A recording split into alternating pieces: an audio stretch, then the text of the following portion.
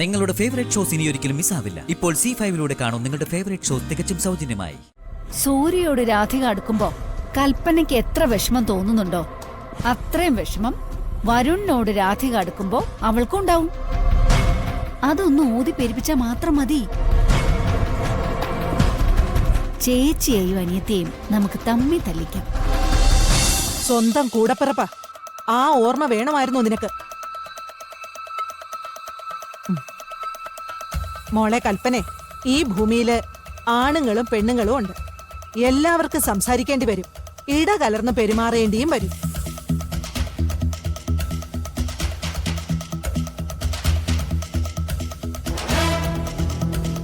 എല്ലാവരുടെ മനസ്സില് വൃത്തികെട്ട ചിന്തകളാണെന്ന് തോന്നുന്നതേ സ്വന്തം മനസ്സിന് അന്തസ്സില്ലാത്തതുകൊണ്ടാ.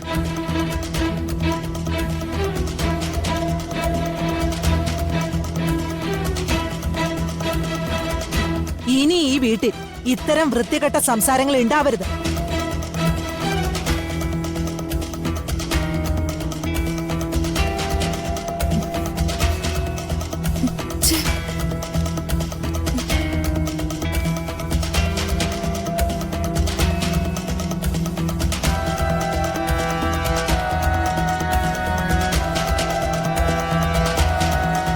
ഉർവശം നിന്നെ. കൽപ്പന ചെറിയമ്മയെന്നല്ലേ നിന്നെ വിളിക്കുന്നത്? എന്റെ അതേ സ്ഥാനം തന്നെയല്ലേ നിനക്കും? എന്നിട്ട് എന്തിനാ അവളുടെ മനസ്സിൽ ഇങ്ങനെ വിഷം കുത്തിവെക്കുന്നേ? ചെല്ല്.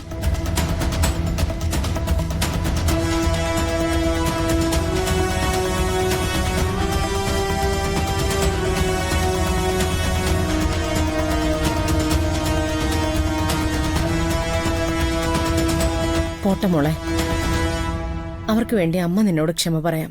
അയ്യോ വേണ്ടമ്മ, ഞാൻ കുറച്ചും ഏട്ടനോട് പറഞ്ഞതേ ഉള്ളൂ എനിക്കൊന്നിലും സങ്കടമില്ലാന്ന്. എന്റെ ഇപ്പോഴത്തെ ഏറ്റവും വലിയ ആഗ്രഹം എന്റെ ഏട്ടൻ എന്റെ ആങ്ങളെന്ന് എഴുന്നേറ്റ് നടക്കണം എന്നുള്ളതാ. അതിനുവേണ്ടി എന്തും ഞാൻ സഹിച്ചോളാം, എത്ര കുത്തുവാക്ക് വേണേലും കേട്ടോളാം.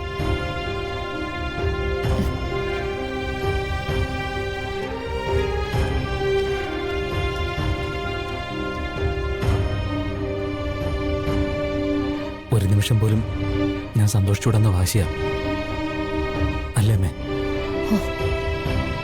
വിട്ട് കളയടാ. നീ പഴയതുപോലെ എഴുന്നേറ്റ് നടന്നു തുടങ്ങുമ്പോ എല്ലാവരുടെയും നാവിന്റെ വൃത്തികെട്ട ചലനങ്ങൾ അവസാനിക്കും കേട്ടോ.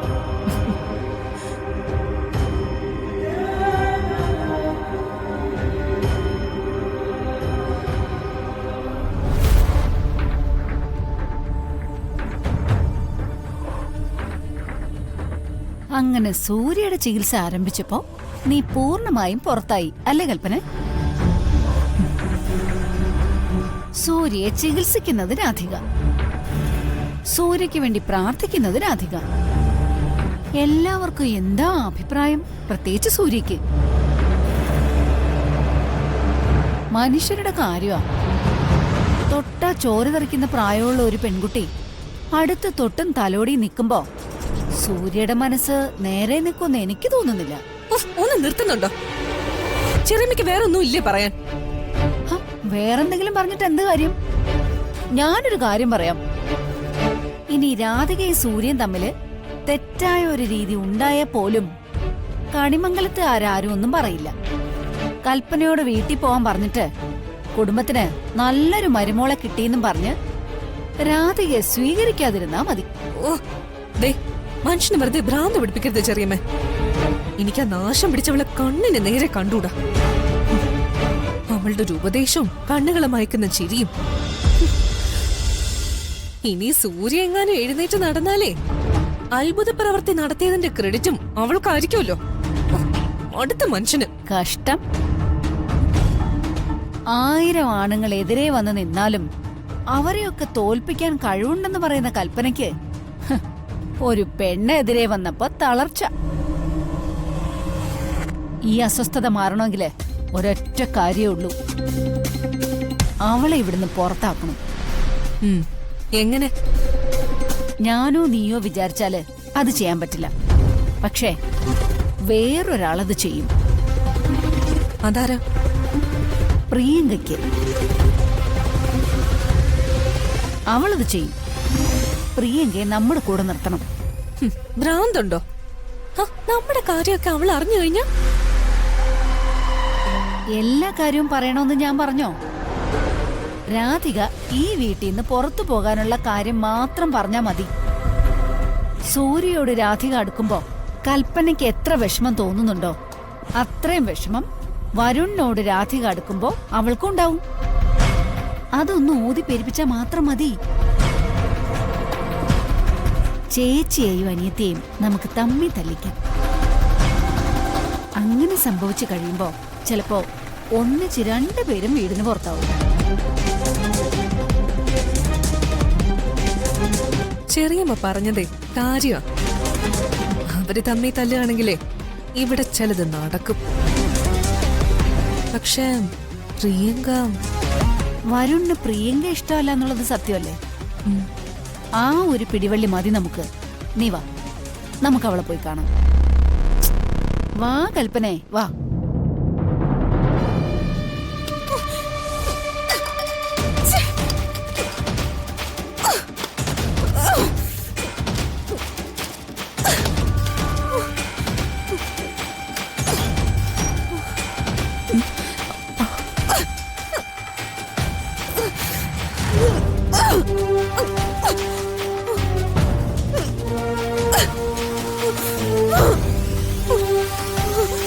പ്രിയങ്ക,